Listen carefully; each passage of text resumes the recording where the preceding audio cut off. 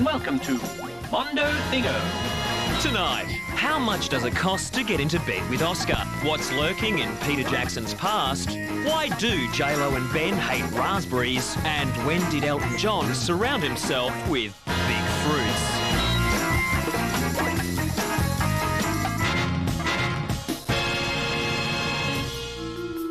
Hello and welcome to Mondo Thingo, the show that neatly fills an embarrassing 30-minute gap in ABC programming.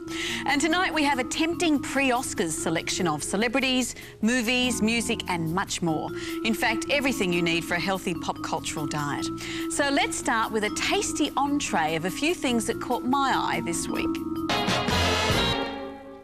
The MTV Asia Awards in Singapore recently with the usual car crash of hair gel, strobe lights and a Mariah Carey Lifetime Achievement presentation. And things were just as exciting earlier out on the red carpet. This year's hot fashion designer of choice seems to be Toys R Us. And after Janet Jackson's Super Bowl performance, the stars of MTV weren't going to be outdone. Oh, she used to be all about the music. And there were worrying signs that Asia might be the source of another outbreak of virulent boy band Type 1. This year's International Berlin Film Festival had it all. The cream of Europe's film industry, guest judge and presenter Frances McDormand, and a crowd of naked protesters. Is this what they mean by film buff? I have no idea why they were protesting, but if it's about the price of choc tops at the cinema, I'm on their side. One star with plenty of pulling power is Cameron Diaz. But on a recent trip to Chile, it was working against her. What you're doing right now is very rude with the light shining in my face, and I do not appreciate it, so I will not give you an interview. Diaz was scouting locations for a new TV series about the most beautiful tourist destinations in the world. Tough gig, but the press kept spoiling the view. Ooh, a brave offer, considering it was her makeup person's day off. And one journalist took a shot at asking her where she was going next. Well, I'm not sure I'm going to tell you guys that because I don't want to see you there. It was Patagonia. Let's see, it's Vegas, there are lots of beefy men in leather. It must be an Elton John concert.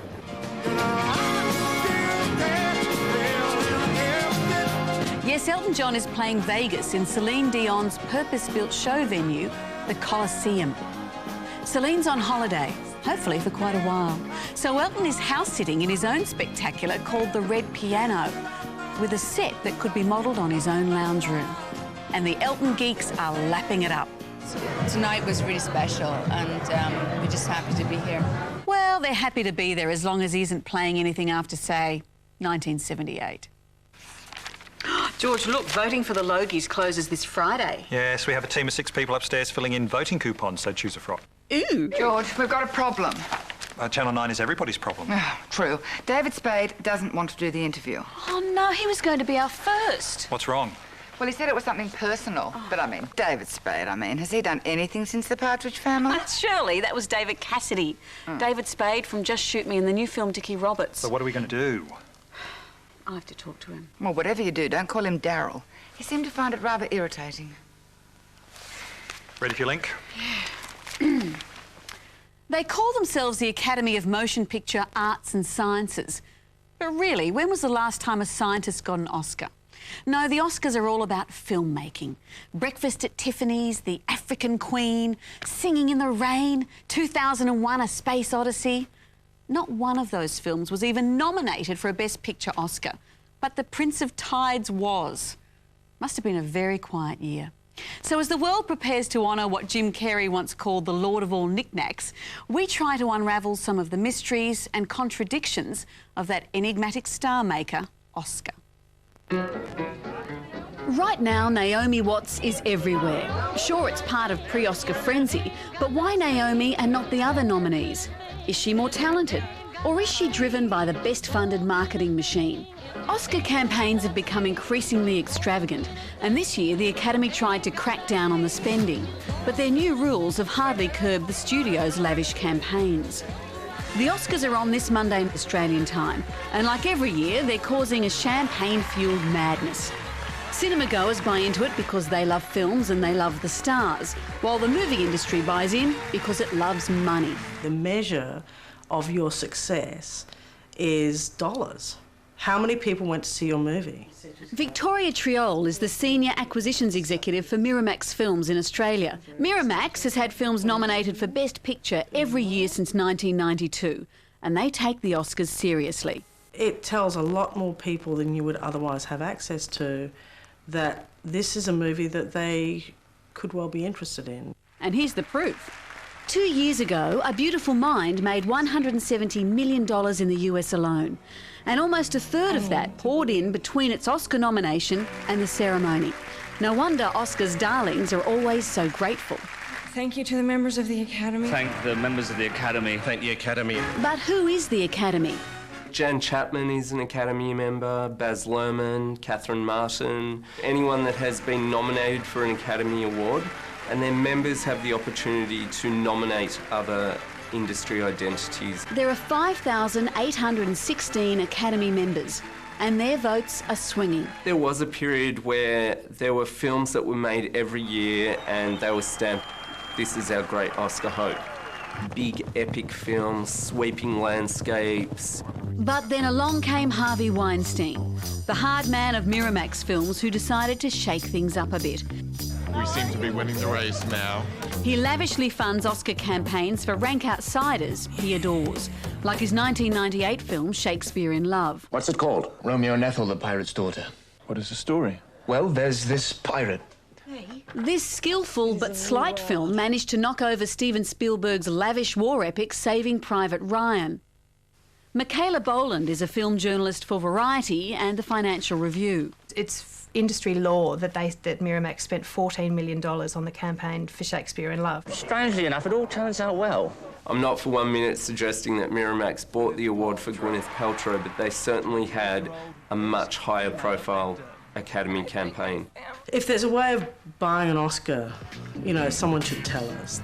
Even if the other Hollywood players didn't like the new Miramax rules, they joined in the game anyway. But exactly how do you spend $14 million in the highly profitable quest for an Oscar? With well-funded marketing teams, that's how. There will be cocktail parties, breakfasts, lunches, dinners, special honorary nights. There'll be red carpet events. There'll be, even intimate lunches with the stars. So can you really buy an Academy vote with a lobster lunch? Miramax flew Jan Chapman and her family over to LA for 6 weeks of Academy member schmoozing for her film The Piano. I'd go to parties or screenings. Sometimes I might introduce the film, but often I'd just be introduced to people. Eventually I realised that word of mouth is incredibly important in the build-up to the Academies. At one point Harvey Weinstein said of our opposition, which was Schindler's List, they've got Steven Spielberg, Ray Fine, Liam Neeson, what have we got? Jan, Thanks, Harvey. Jane Campion for The Piano. All that time I was there, I do think that it really did help to position it for an Oscar. And positioning has become a full-time job. In the race to get a nomination for Cold Mountain this year, Nicole Kidman was part of an aggressive campaign driven again by Harvey Weinstein. And this is now the norm. She was utterly diligent in turning up to events. Now that requires a new costume every time, hair and makeup and various styles, shoes, permanent full-time staff. All that trouble and no nomination. But the marketing hasn't been in vain. Even being associated with the Oscars has put her and Harvey's film in the spotlight. And really, the spotlight is what it's all about. Hollywood is built on vanity and dreams, and I think the Academy Awards is just another part of that. Mondo Lingo, providing the must-have words for your vocabulary. This week, credit creep. This is the relentless lengthening of the closing credits of movies. In 1922, horror classic Nosferatu thanked 16 people, while in 2003, the third Lord of the Rings film took 9 minutes and 33 seconds, apparently naming everyone who's ever been to New Zealand. When I go to a movie, I like to see gorgeous stars doing what gorgeous stars do. But film buff Vale Reese looks for something else. He looks for skin conditions and blemishes spread metres wide across the screen in all their glory. Because Vale's a prominent dermatologist from San Francisco and he runs the Skinema website, where he reviews major release movies based on the skin conditions they feature. Like, did you know the 26 main characters in the Lord of the Rings films have 36 different skin conditions, from acne to vitiligo? And yet they received none of the major gongs in this year's 7th annual Skinnies Awards, where Vale honours epidermal excellence in entertainment. Instead, the best use of makeup to uglify rather than beautify went to Charlize Theron in Monster. The most distracting lesion went to the dark spot on Sean Penn's neck in Mystic River. Well done, Sean. And the missed dermatological opportunity was the lack of frostbite on the cast of Cold Mountain. Of course, in Australia, when we put a spotlight on moles, we call it the Logies. And speaking of things that get under your skin, how to stop your partner's compulsive channel surfing during a gruelling 6-hour spectacular like the Oscars? Well, ladies, we have the technology. It looks like a garage door opener, but this little godsend, now available in the US, can block remote control infrared signals. All you have to do when he reaches for the remote is press the button like this. Works for TV, DVD and video recorders. And the blurb on the box says it all. Be the boss in your own home just by Russell Crowe and a banana. Or you could just put all your remote controls somewhere the man in your life will never find them. Like the laundry. Now, if you need an Oscars antidote, you can turn to the Golden Raspberries and their founder, John Wilson. The Razzies, as they're known, are Hollywood's anti-Oscars, and they recognise awfulness in the field of movie making. So let's find out a bit more about the awards ceremony, where a winner might say, "You dislike me, you really dislike me."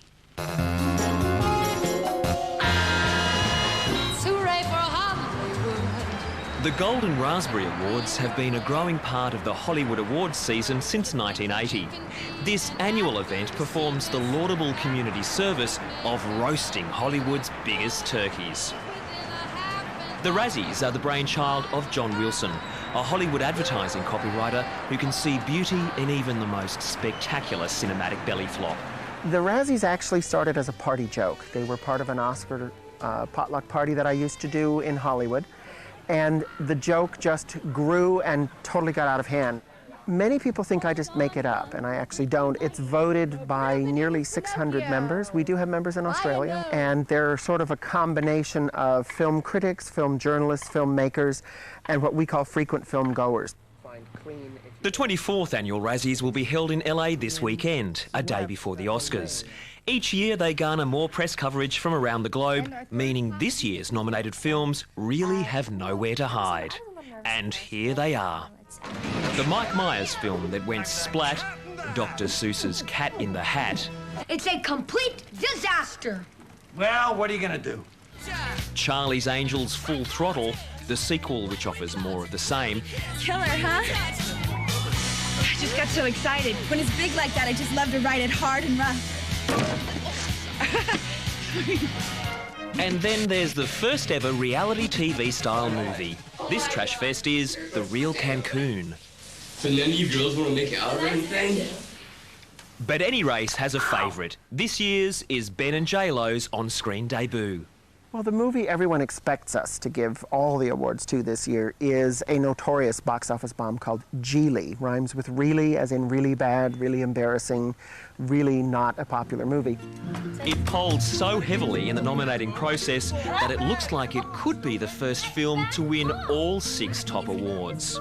But the category Jennifer and Ben practically own is Worst On-Screen Couple. It's turkey time. Huh? Gobble, gobble. While Ben and J-Lo are laudable newcomers, one man shines as a Razzie icon. The gentleman who has the all-time Razzie record, we've been around 24 years, he has 30 nominations already, is Sylvester Stallone. I think next year at our 25th, it's time to do a Worst Career Achievement Award for him, and maybe just say that our Worst Actor Award will be named after him. Thank you. Спасибо большое. And I'm sure you'll be happy to know down under that Nicole Kidman has not been nominated for a Razzie yet. don't know. Shirley said he was pretty adamant he wouldn't do the interview. We'll see. David? David? David, what's going on? George says you're pulling out. I can't sit here and act like nothing happened. David, listen. What we had during your Joe Dirt tour were the best 10 minutes of my life. 12. 12 minutes of my life. But you've got to put your feelings aside when you work in infotainment television. You can do that? I have to. So you've decided? I can't do it. All right, well, I've got to go. Gee, your dressing room's nicer than mine. Isn't it? It's really fun. We did some great stuff with it. I just got those chairs at a garage sale. And we just had this. We put some doodads around. I put some booze in the back. Whatever. Just have some fun. Yeah.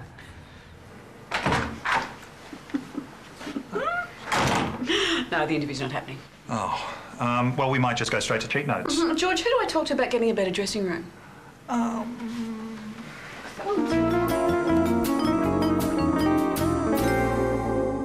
Now it's time for Mondo Cheat Notes, where we supply you with just enough inside information to fake your way through a conversation and actually sound like you have a clue. Now this week, director Peter Jackson. He's gone from gonzo splatterpunk to the toast of Hollywood. Actually, you might have heard of his little trilogy called The Lord of the Rings. It's been doing the rounds of art house cinemas in recent years. But Peter Jackson has a lot more than that on his resume.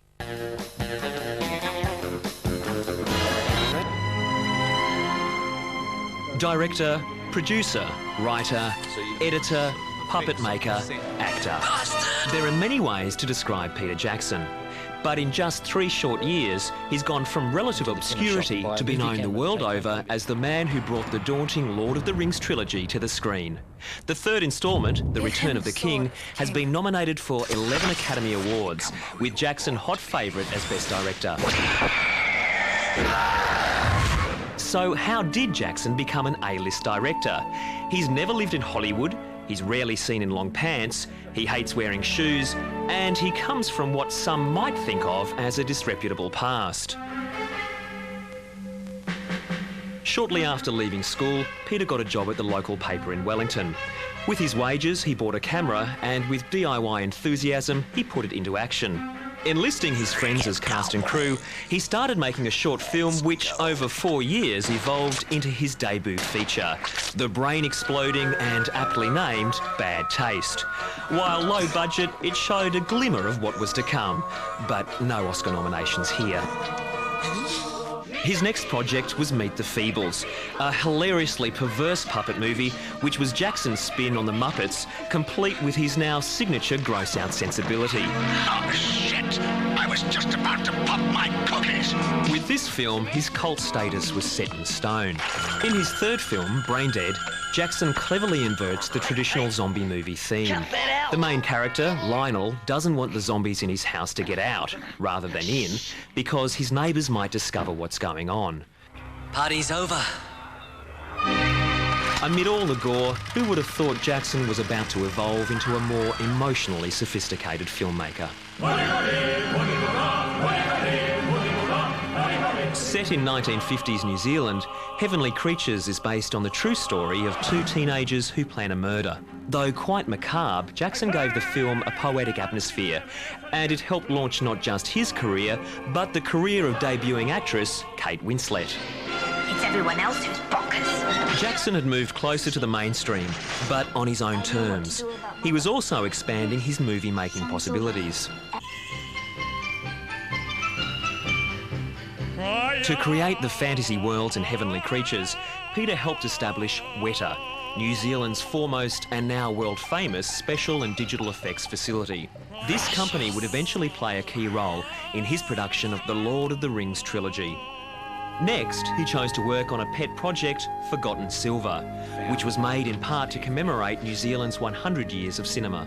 The film is a skillfully executed mockumentary about forgotten New Zealand filmmaker Colin Mackenzie, whose fictional achievements included inventing the first mechanised camera, pioneering the first film with sound, and discovering the close-up. An isolated valley 3 days' tramp from Hokitika was chosen as the most promising area for the search. Shown on New Zealand television, the film's documentary tone was so effective, some of the audience just didn't get the joke, causing a public outcry over the deception. But that didn't stop him getting the call from Hollywood.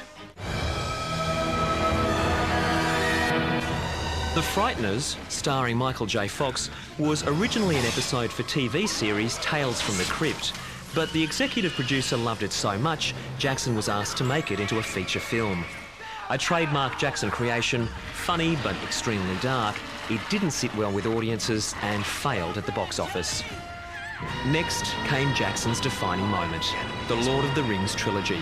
Coming from the fringe, he might have seemed an odd choice for the project, but Jackson has a deep love of the books and, as his previous films demonstrated, an imagination as big as all Middle-earth. The Return of the King has just won 5 BAFTAs and is set to be this year's Oscars frontrunner. His enormous success, plus his other trademark of casting himself in cameos in his films, means that Jackson's days of going unnoticed are now very much behind him.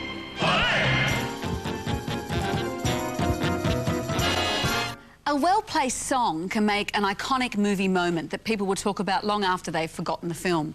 Like Risky Business is remembered for Bob Seger's old-time rock and roll and a young Tom Cruise dancing around in his underpants. But hands up who remembers it was actually a movie about the perils of turning your parents' house into a brothel. Well, here's a few more songs that stole the show in this week's Mondo Music. Ever listen to K. Billy's super sounds of the 70s? When Quentin Tarantino needed a tune for his gruesome cop torture scene in Reservoir Dogs, he hit upon Steelers Wheels, Stuck in the Middle with You. Tarantino was then a relative unknown, so the song's writers, Jerry Rafferty and Joe Egan, didn't realise what might be in store. In an already gore-heavy film, the scene caused some people to leave the cinema. But for the stayers, a buoyant pop song would forever be the soundtrack of an arch-villain who chops and slices and dices. Was that as good for you as it was for me? Hey, what's going on? You hear that? A film with a very different low-life cool was Trainspotting from 1996. And Iggy Pop's pulsing song, Lust for Life, was the opening salvo from a diverse soundtrack. Its desperate beats seemed to echo through the film and the dire circumstances of its heroin-addicted characters.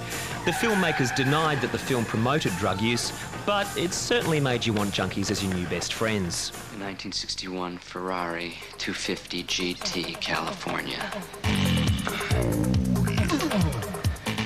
Swiss electronic duo Yellow would have been even more of a minor footnote in musical history if their song, Oh Yeah, hadn't starred in the 1986 John Hughes film Ferris Bueller's Day Off. The song is dotted through the action, particularly when the cast members surrendered to temptation. Oozing decadence, Oh Yeah made teen rebellion seem like a command from Satan himself.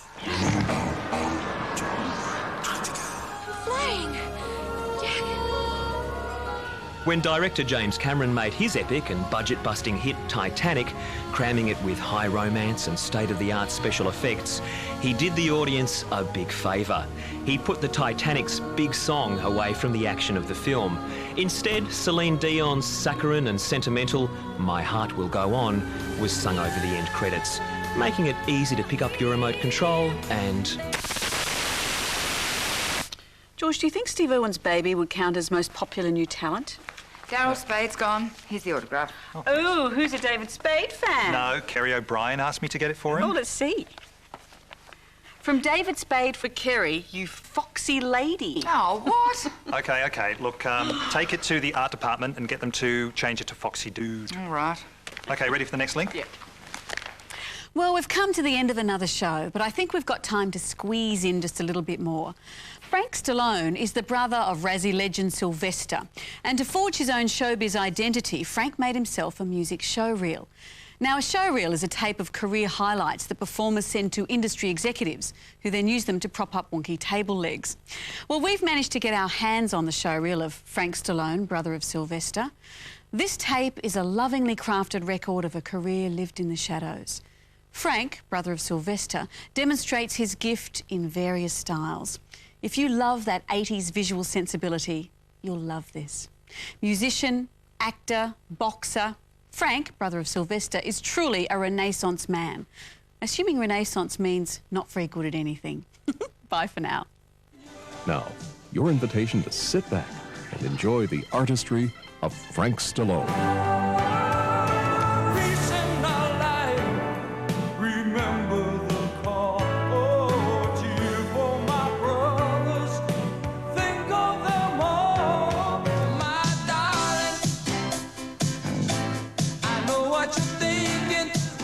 It's witchcraft, wicked witchcraft. Although I know it's strictly taboo, when you arouse the need in me, my heart says yes indeed in me. I believe in dreams, he says. I always believe something good is coming around the corner. For Frank Stallone, that dream has never failed to come true.